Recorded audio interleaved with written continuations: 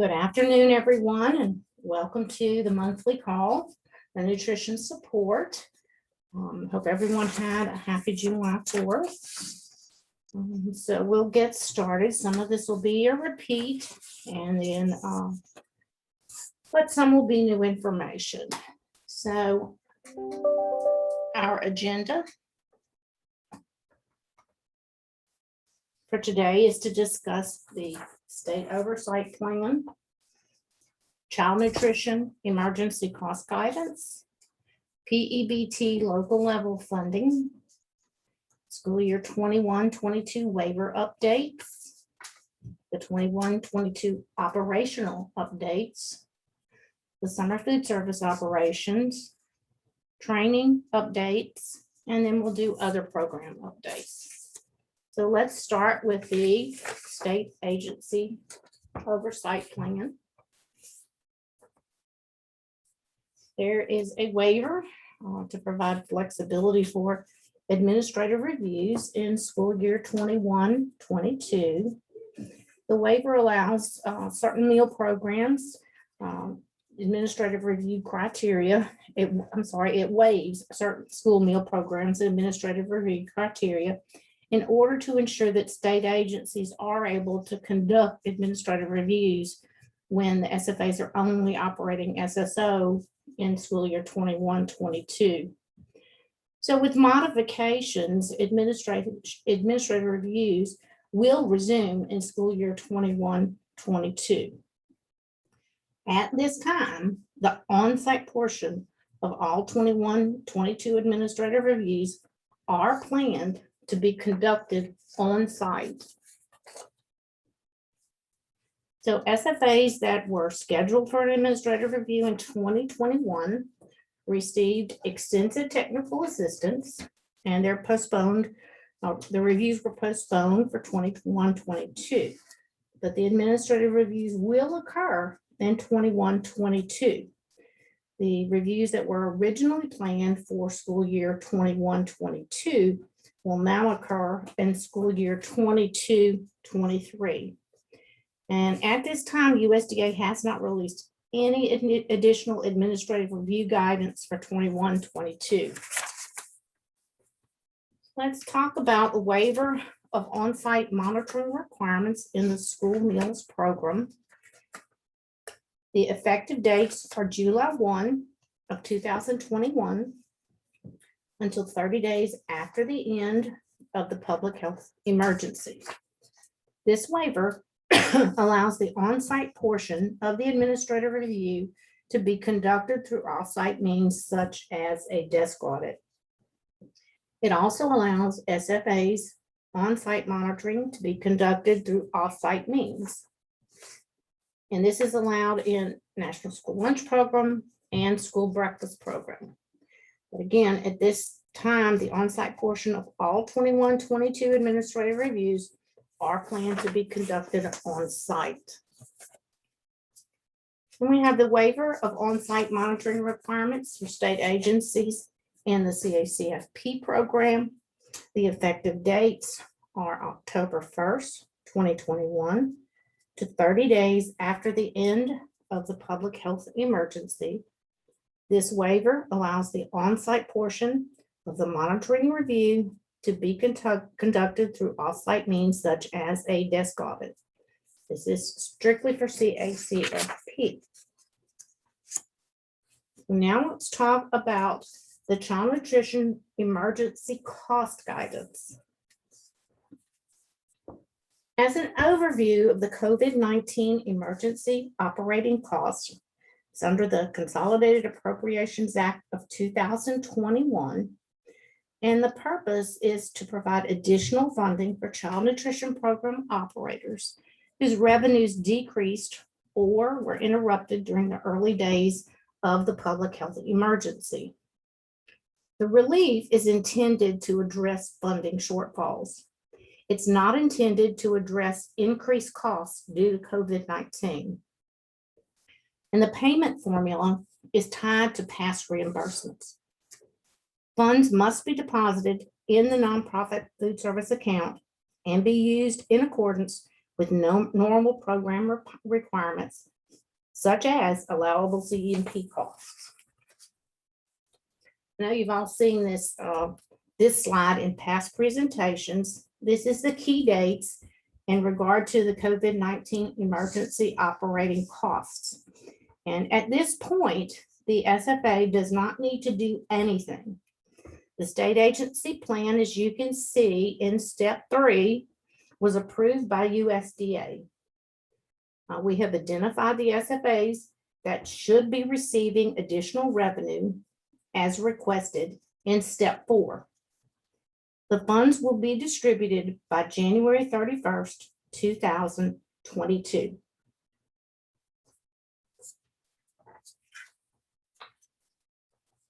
Emergency cost guidance.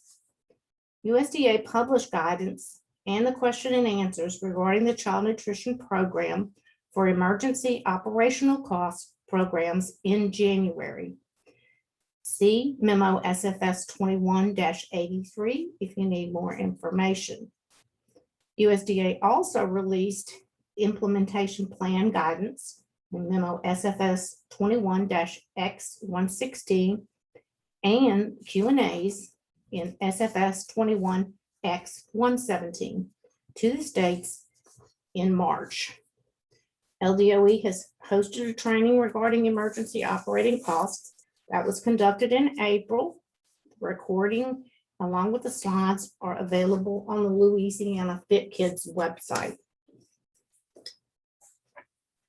So let's move on to P-EBT for 2021 and local level funding for schools.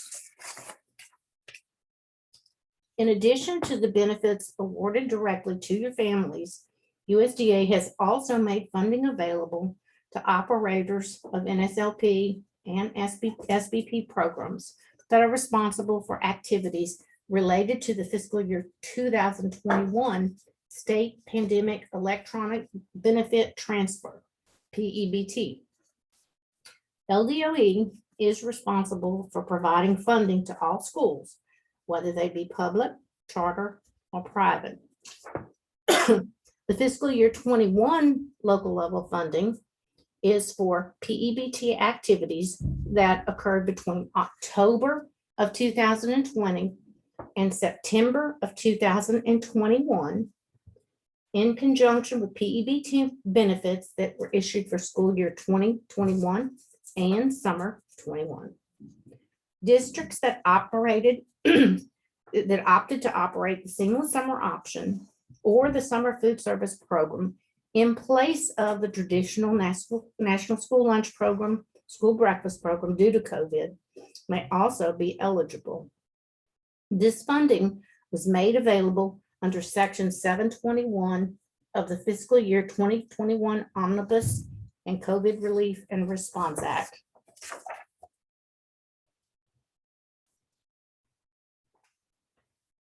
Previous USDA guidance for P-EBT local level funding required the SFAs to submit application requests.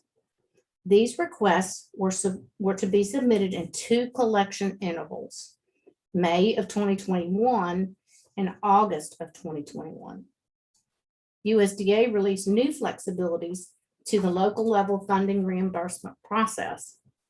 So now, instead of having SFAs submit a request, the state has the flexibility to award a specified dollar amount to all eligible entities based on the number of P-EBT eligible children instead of collecting itemized cost information. Louisiana will submit this data to USDA by August 6th of 2021. So if you need any additional information, please refer to Memo SFS 21-X187. Remember that eligible program operators will not be required to submit an application to receive these funds. So moving on to school year 21-22 food service waiver updates. USDA announced a new suite of waivers to support school reopening in school year 21-22. The goal of these waivers is to increase funding, support access, and balance operational needs with the goal of providing nutritious meals. Please note that not all waivers are extensions of previous waivers.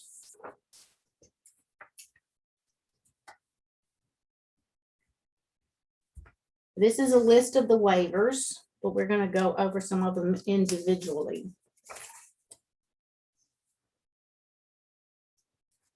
So let's start with waiver number 85, which is the waiver that allows us to operate SSO through school year 21-22. So it is effective from July 1 of 2021 to June 30th of 2022. USDA is allowing these operations during the regular school year, effective July 1 through June 30th. And this flexibility is available to all SFAs, including RCCIs, and may be used at any school, regardless of its location or the type of SSO site it's operating, whether it be open or closed enrolled. So what this means is that any school can operate SSO during the regular school year. All children 18 and under receive meals at no charge. Meals do not need to be counted and claimed by eligibility category. An area eligibility waiver is not necessary. All schools can participate, regardless of their location or percentage of students eligible for free or reduced price meals. And you can operate an open or closed enrolled SSO site. Just remember that only 2 meals can be served under SSO, breakfast and lunch. If you want to do after school snacks, you would have to claim them under NSLP, after school care program, or in CACFP in school year 21-22. Then we have a waiver to allow the SFSP reimbursement rate through 21-22, which will be effective July 1 to June 30th. It allows SFAs that operate SSO to claim meals and snacks at the SFSP reimbursement rate. The reimbursement rates will be the high, rural, or self-prep rates. SFAs choosing to operate NSLP in school year 21-22 will not receive SFSP reimbursement rates for meals and snacks served. Please be reminded that the summer food service program will not be extended. The seamless summer option better positions schools to serve more nutritious meals. So the options available to schools in 21-22 is the seamless summer option with the summer rate, national school lunch and school breakfast with the NSLP SBP reimbursement rate. So those are your options. Remember again, only 2 meals can be served under SSO. So after school snacks would have to be served under NSLP or CACFP. So this is just a chart of what's going to happen if you operate SSO versus NSLP. If you're operating SSO, you're going to serve meals to students enrolled at the school. If you're operating open sites, you can also serve children in the community that are 18 and under. That all students receive meals free of charge, and reimbursement is at the SFSP highest rate. If you operate NSLP during school year 21-22, you will serve meals only to students enrolled at the school. Meals will be counted by each student's free, reduced, paid eligibility, and reimbursement for meals is based on each student's free, reduced, or paid eligibility. So this just shows that all the programs that you are allowed to operate during the 21-22 school year: SSO, NSLP, the SBP, at-risk after-school meals, and the fresh fruit and vegetable program. SFSP, again, will not be allowed.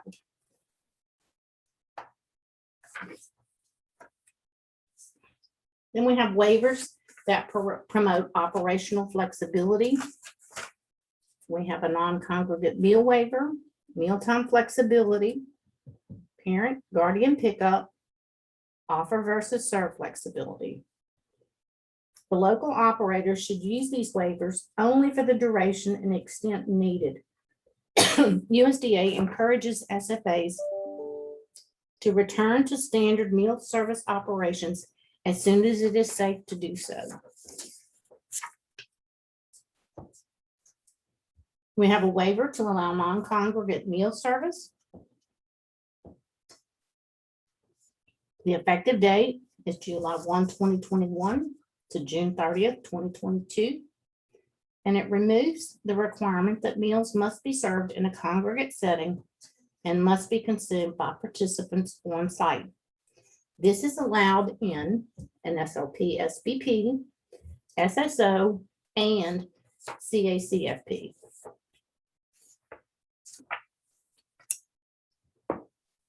And we have a waiver for mealtime requirements, also effective from July 1 to June 30th of 2022, that allows meals to be served outside the standard meal times. Schools have the flexibility to provide meal pickup options for students learning virtually and grab-and-go meals for students that are in school. Please note that meal service times are still required for each site. And this programs that are allowed to use this waiver will be NSLP, SBP, SSO, and CACFP. Then we have the waiver for delivery of meals to homes. The non-congregate and mealtime flexibility waivers allow the option to provide meals through delivery, but please note, the sponsor must obtain written consent from households of eligible children that the household wants to receive delivered meals. And also remember that your delivery plans must be approved prior to providing meals to homes. The next waiver is the waiver to allow parent guardian pickup of meals. Again, that's effective July 1 to June 30th of 2022. And it states that children do not have to be present to pick up meals, but the sponsor must ensure program integrity. They must have a documented process in place to ensure that meals are distributed only to parents or guardians of eligible children and that duplicate meals are not distributed. Again, it's allowed in NSLP, SBP, SSO, and CACFP. The waiver to allow offer versus serve flexibilities for senior high schools is also effective from July 1 to June 30th of 2022. And it waives the requirements for senior high schools to participate in offer versus serve. And that is allowed in programs NSLP and SSO. The waiver to allow specific school meal pattern flexibilities is effective from October 1 of 2021 to June 30th of 2022. With justification, specific meal pattern requirements are waived to allow program operators to serve meals that may not meet the nutrition standards. And this is allowed in NSLP and SBP, as well as SSO. Note that CN response number 74 allows meal pattern flexibility in SSO through September 30th of 2021. That is the reason for the effective date of October 1st. So remember that with the meal pattern flexibilities, the following specific meal requirements are waived. The menus must meet the dietary specification for sodium, that all grains offered have to be whole grain rich, that preschoolers have to have at least one serving per day of whole grain rich across all eating occasions, to offer a variety of vegetables from the vegetable subgroups, and to offer a variety, at least 2 different options of fluid milk, that low-fat milk must be unflavored, and to plan menus and offer food components for specified age grade groups in the stated combinations. States will consider approval on a case-by-case basis for all of these requirements except for sodium.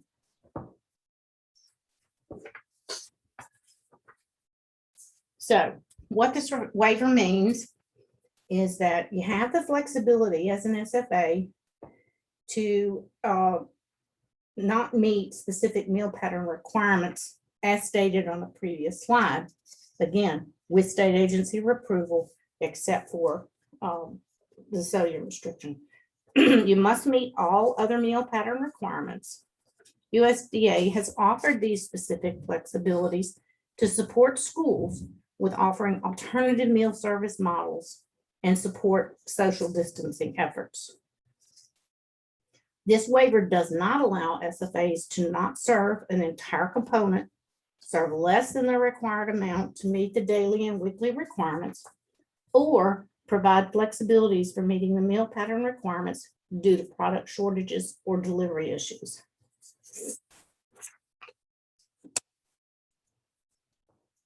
Next is the waiver to allow specific meal pattern flexibilities in CACFP. And the effective date of that is July 1 to June 30th of 2022. Specific meal pattern requirements are waived to allow program operators to serve meals that may not meet the nutrition standards. And the following specific requirements are waived: that at least one serving of grain be whole grain rich, that crediting of grains by ounce equivalents must be fully implemented by October 1st, 2021, and that low-fat milk must be unflavored.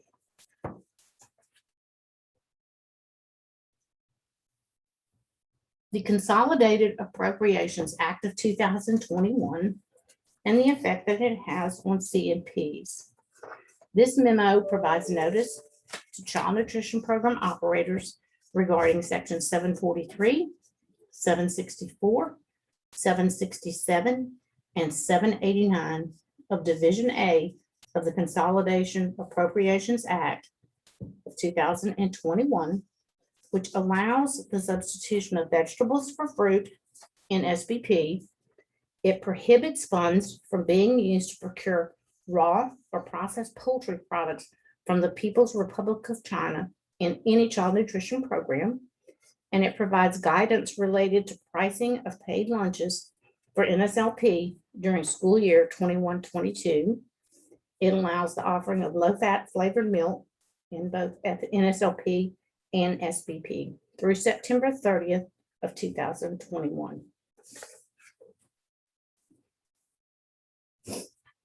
The next waiver is the waiver of area eligibility and after-school programs and FDCH or family daycare homes. It's effective from July 1 to June 30th of 2022, and it allows schools and at-risk after-school care centers to claim all meals and snacks at the free rate, regardless of location.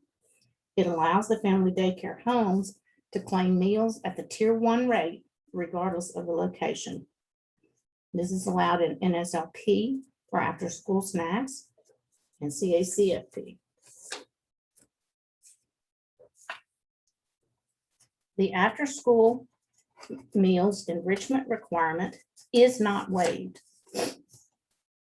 The enrichment component of the after school program is a requirement for service of after school snacks or suppers. Now, the guidance has allowed it to be digital if necessary, but the enrichment activities should include options that are accessible to all participating children.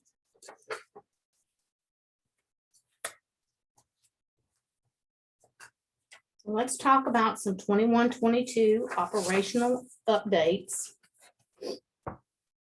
Ready to Achieve has some school operational guidance.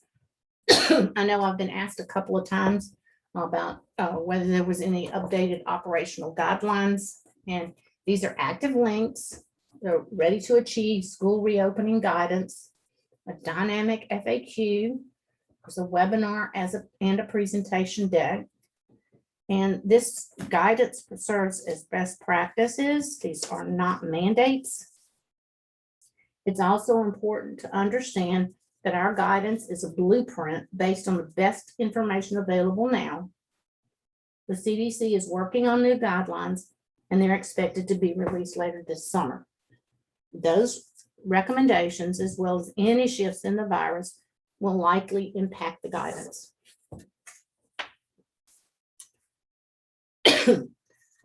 Q&As for CMP operations for 21-22. There's a Q&A that provides clarifications on questions related to CMP operations during school year 21-22. There's clarifications regarding SSO weekend and holiday meals, applications, reimbursement rates, and more. And that would be found in memo SFS 21-X184. So let's go to the PLE tool. Any SFA with a positive or zero balance in its nonprofit school food service account as of December 31st, 2020 is exempt from PLE pricing requirements that are found at 7 CFR 21014E for school year 21-22. SFAs operating SSO during 21-22 do not need to follow PLE requirements for school year 21-22 per the Child Nutrition Waiver number 97. Also, please note that when completing the PLE tool for 21-22, if SFAs do not have pricing or sales data from October of 2020, they can use October of 2019 pricing and sales data. And the PLE tool is now available. USDA has released the income eligibility guidelines for 21-22, and they are effective from July 1st to June 30th of 2022. And these are the guidelines for free and reduced price meals. See memo SFS 21-108 for a copy of these guidelines. Weekend and holiday meals during school year 21-22. SFAs cannot provide weekend or holiday meals through SSO when school is in session during the regular school year. Weekend and holiday meals may be provided through CACFP at-risk after-school meals in 21-22.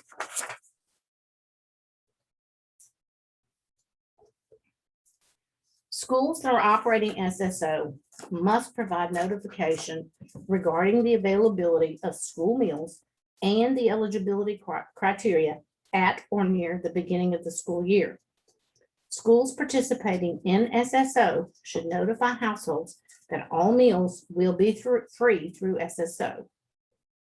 If it is an open site, then you would have to do a public media release. If you are operating a closed site, it is, you may put it on your website, send letters home to the household, put it on the front door of the school as a form of notifying your households. Meal applications with SSO.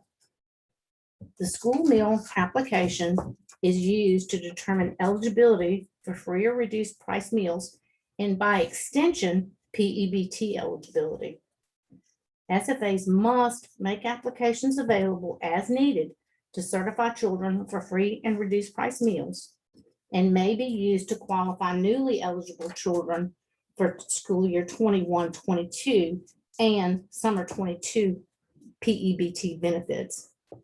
USDA has developed a fact sheet that helps to support school districts in determining alternate methods of allocating the Title I funds when school meal data is unavailable. And the updated free and reduced price materials will be posted soon. Verification for 21-22. Any SFA that collects household applications in 21-22 are required to conduct verification regardless of the reason the applications were collected and or the CMP that they are operating. The sample size used to conduct verification activities must be based on the number of approved applications on file as of October 1 of 21. Community eligibility provision deadlines. By September 30th of 2021, SFAs must make their final elections regarding CEP participation for the 21-22 school year through the CMP website. If needed, SFAs can resubmit the population data form. The ISP may be calculated using data drawn anytime between July 1, 2020 and June 30th of 2021. A memo with the instructions on confirming your final elections will be posted soon.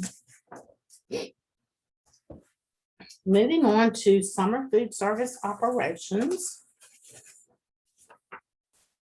We've gone over these waivers numerous times, but these are active links to the waivers if you need them. These are strictly for summer 2021 operations, and SSO or SFSP can be used as the school summer program until school starts. But once school starts, SFAs cannot use SFSP during the regular school year. Regarding collecting racial and ethnicity data, memo SFS 21-169, collection of race and ethnicity data policy rescission. Visual observation and identification by SFSP sponsors is no longer an allowable practice. The ideal method is self-identification and self-reporting of race or ethnicity. But as alternate method, other valid sources of self-identified race or ethnicity, such as the school databases, can be used. The state agency is awaiting further guidance from USDA.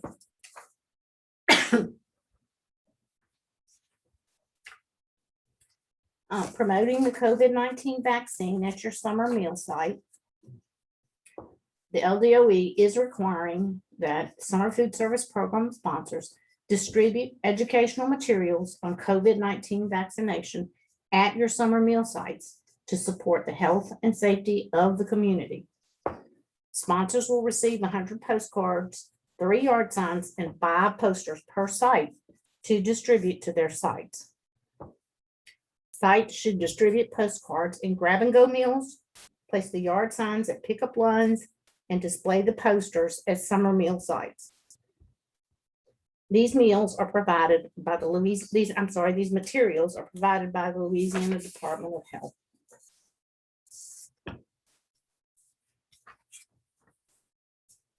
Training updates. Training registration for LDOE trainings is located on the Louisiana Fit Kids website. And after the training, each registered participant should complete a questionnaire evaluation. You will receive a follow-up with an email confirming attendance, training hours received, and USDA training codes.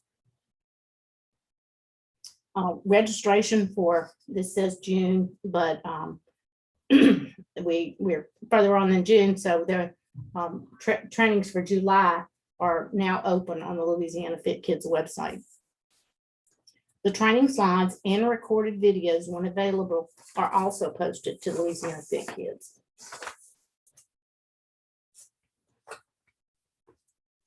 Registration is open for the following July trainings. Wednesday, July 7th at 1 p.m. We'll be talking about NSLP and SSO online applications. On Tuesday, July 20th at 1 p.m., we'll be discussing civil rights, so you can get your civil rights requirements in. And on Thursday, July 29th at 1 p.m., we'll be discussing CACFP at-risk supper and snack. Our next monthly call will be Tuesday, August the 3rd at 1 p.m. Please visit the Louisiana Fit Kids to register for any of these trainings. So now we can talk about eScholar. There will be a Zoom user training for eScholar Direct Match, including address matching, manual matching, and the CEP manager in July and August of 2021. The registration links are posted in memo SFS-21-186. So please register in advance for the webinar. Session 1 will be Monday, July 19th at 10 a.m. to noon. Session 2 will be Monday, July 26th from 10 a.m. to noon.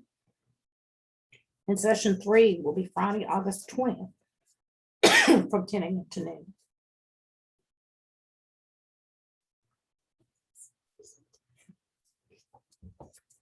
Each session is a repeated session scheduled for July 19th.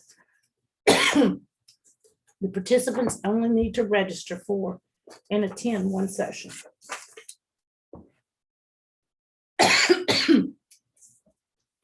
Directors may request, a manager training class for their SFA or a combination of SFAs. There is no cost to the SFA. There must be a minimum of 10 participants. It can be done virtually or in person, and the schedule may be customized.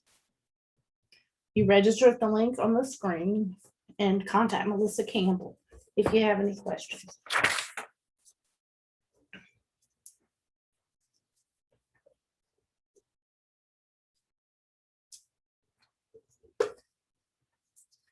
Summer manager training.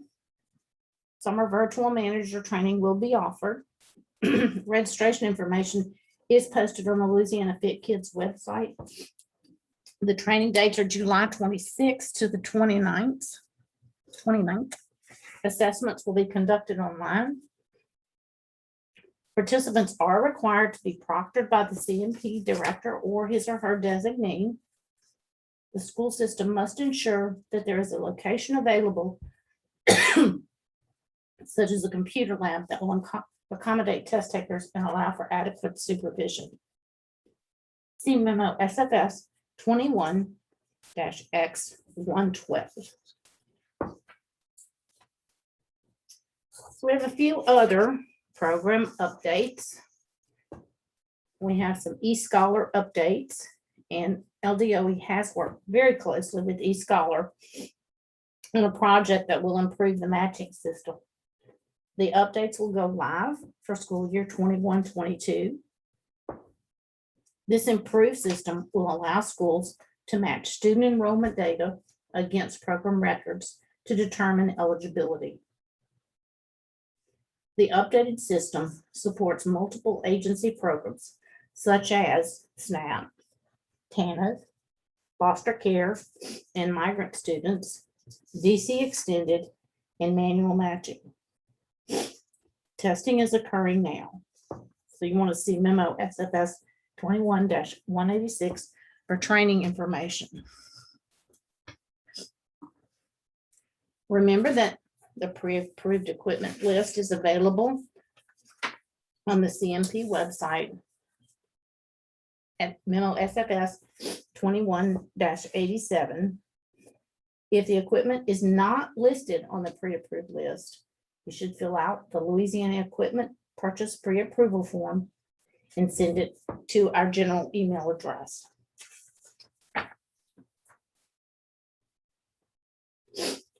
On June 23rd, 2021, Governor John Bell Edwards renewed the state of emergency for COVID-19 and Proclamation 118 JBE 2021.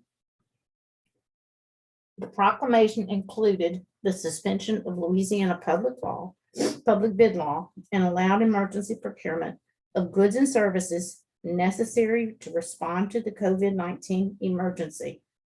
Remember that it's only to respond to the COVID-19 emergency. All of our SFAs should be working towards doing proper procurement.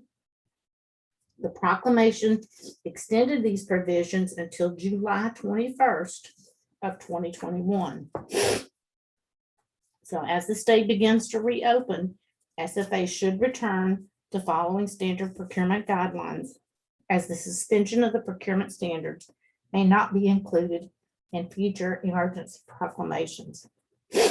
See memo SFS 21-X190 for more information. As a reminder, school food authorities and sponsors may use the regulatory authority found in federal procurement regulations, formerly at 2 CFR 200.320 and is now at 2 CFR 200.320C3, which allows operators to use the emergency non-competitive proposal procurement method to negotiate a new one-year contract for school year 21-22.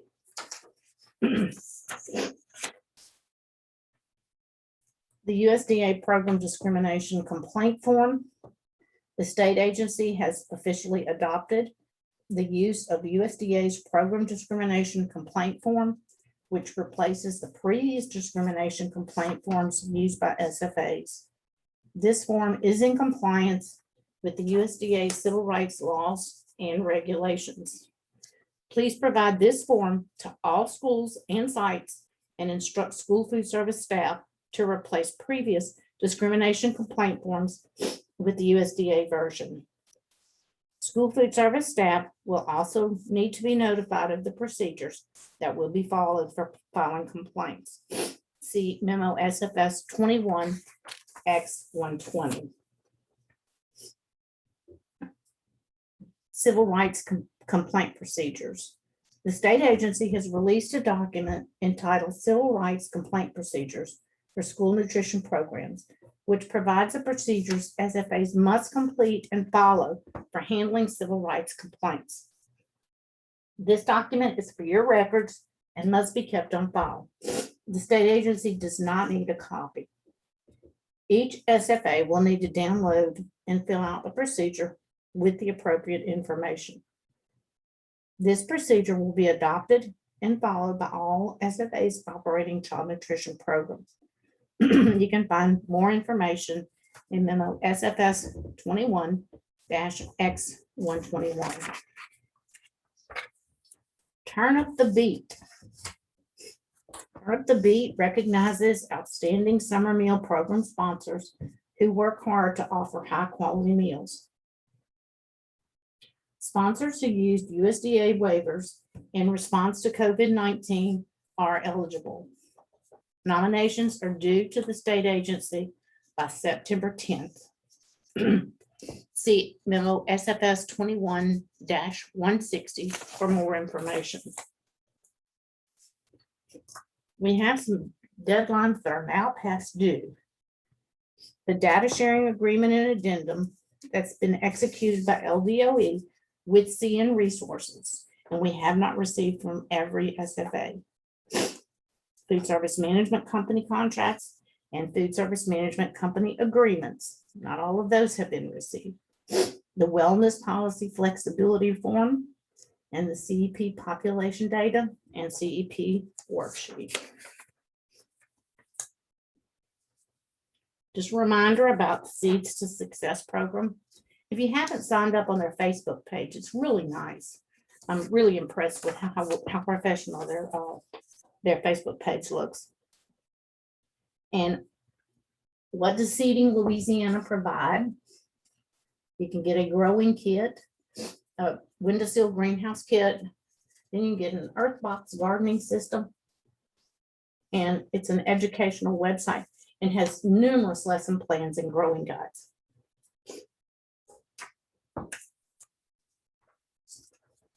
And for questions, contact the LDOE Division of Nutrition Support at Child Nutrition Programs at la.gov. So we're going to go on mute, and then we're going to look to answer some of the questions.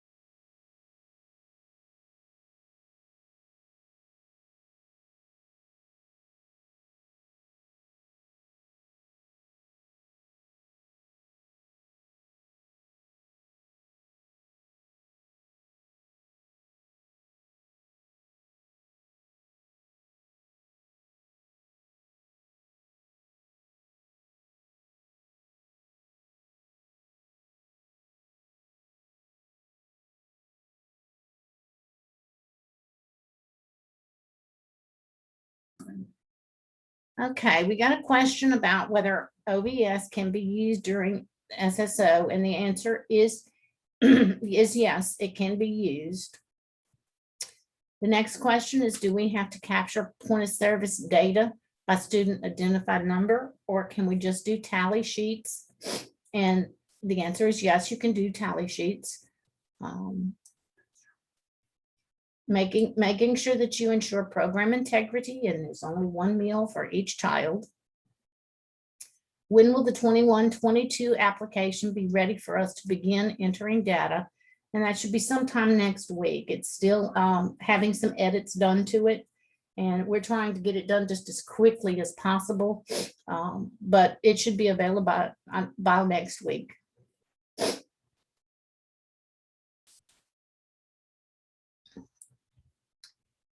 The next question is, if under SSO, can I continue through June 30th, 2022?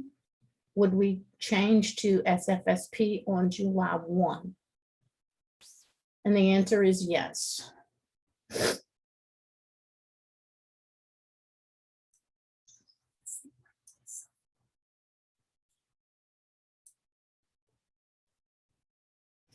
Has there been any updated information from LDH regarding meal service for the next school year, specifically if students will be able to self-serve the food items from the serving line? And we have not received any information to date. Hopefully we will.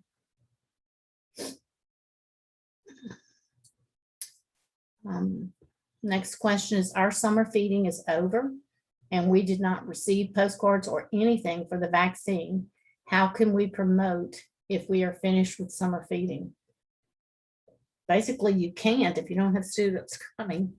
If you want to, if your district has a website or a Facebook page or something like that, you may want to promote it that way. Are we allowed to still operate grab and go CACFP at-risk supper with enrichment activities offered? And the answer is yes.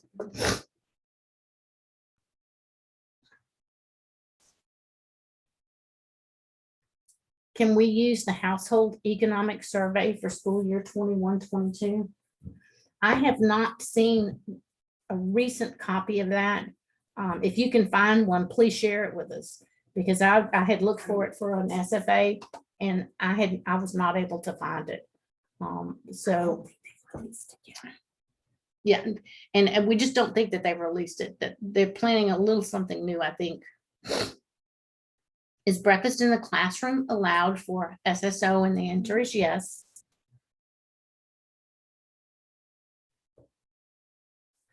Will there be a Spanish version of the instructions for the discrimination complaint form posted? Yes, it will be.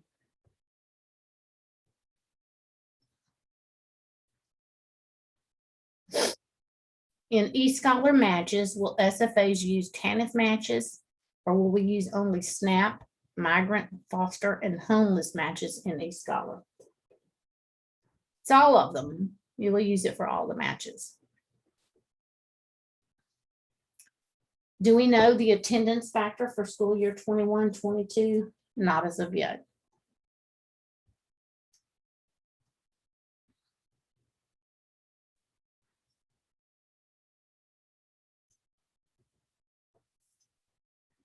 When will we find out our review date? We're not sure at this point. We'll send out a memo as to the review dates. We're just not sure.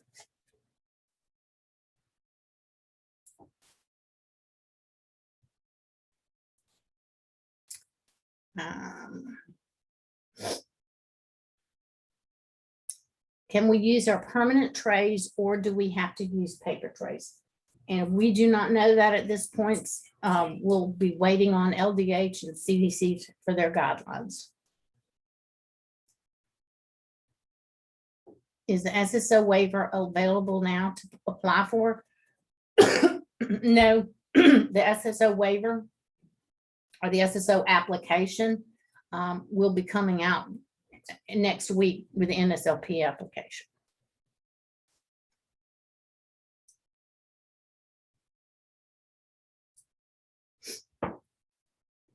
we have summer accelerate programs scheduled for July 19th to the 30th and also August 2nd to the 13th. How do we need to switch to NSLP, or can we continue SFSP? You can use SFSP until school starts. And so as long as your school doesn't start before August 13th, you're in good shape.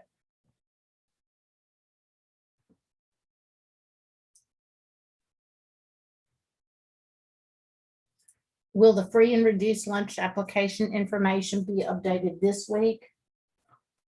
Yes, it should be.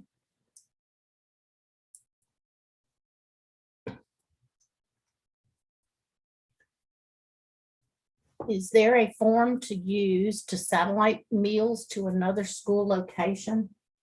We do have a satellite form that is under the summer food service program, and you certainly can use that form and change it as as needed, as long as you have the required information.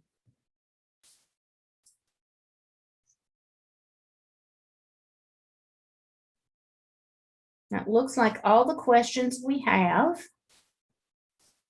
So, but of course, if you think of is there offer versus serve in the elementary? And you may use offer versus serve in the elementary school, but you're not required to.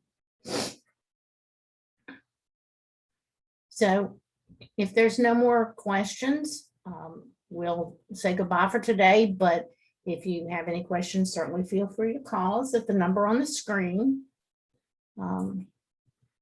And you can email us at childnutritionprograms@la.gov. Have a good day.